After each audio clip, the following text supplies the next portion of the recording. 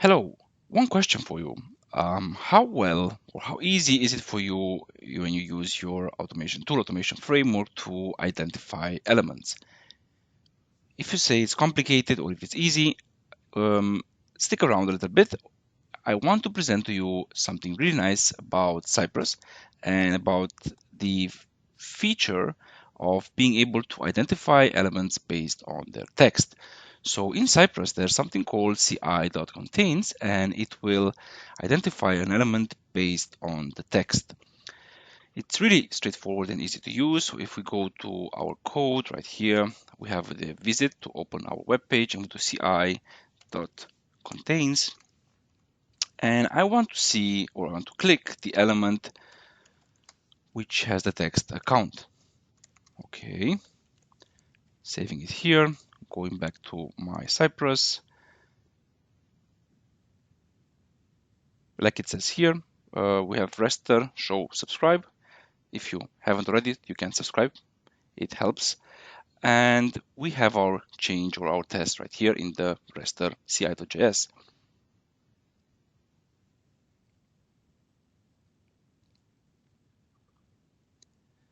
And let's see if we navigate a little bit using Time Machine, we can see that it clicked the element with the text of account. Now, I want to see if from here we can go and click on this My Account and afterwards click on either the login or click on either the register again.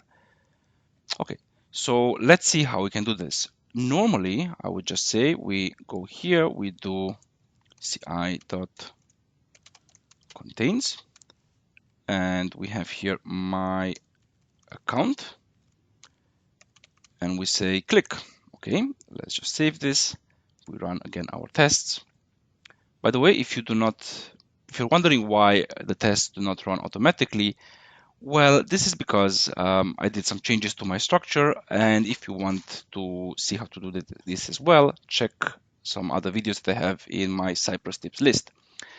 So the test says that it did what we wanted it to do, but I'm not sure. I mean, I wanted to see, okay, I wanted to see this drop down here being open. And if we have a look, we see that it actually clicked on this My Account. Now, why did it click on this one and not on this one? And here's the first part of the tip. The contains function is per default case sensitive. That means that if I go here and I do my account, then it should actually try and click the my account from right here.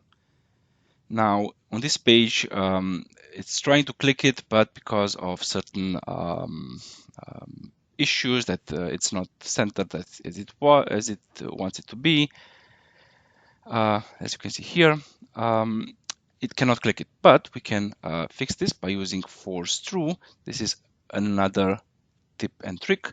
So when you use force true, the system will or the system in Cypress will actually take care of whole or ignore the whole centering and positioning and perform the click. Now let's save this and run it again.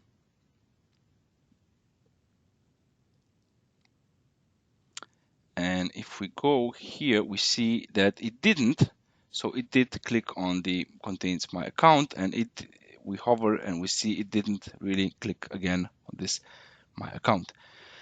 So if we click it there, and then if I do ci.contains, I mean, we can either go to login or we can just go back to the register. Let's try and go back to the register, and I will do again the forcing of the click, or let's try it first without the forcing and then with the forcing.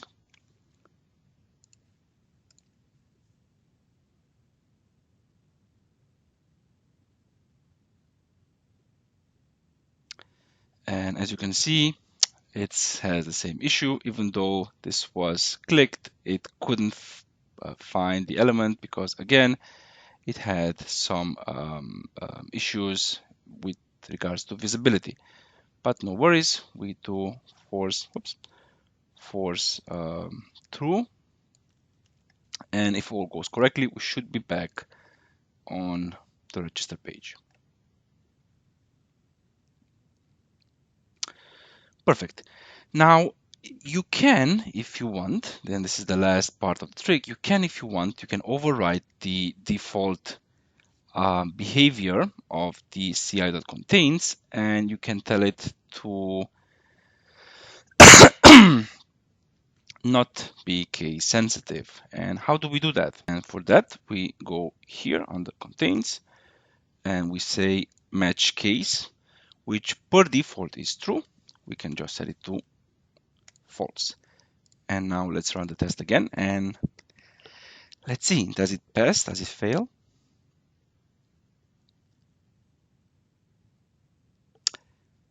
Yeah, now it it failed because it was confused. It didn't know which one to choose. So you can see for yourself. So in some circumstances, you might want to make it not case sensitive, but it's good to know that per default, it is case sensitive. As always, thank you for watching the video, and I will see you in the next one. Have a good one, and bye-bye.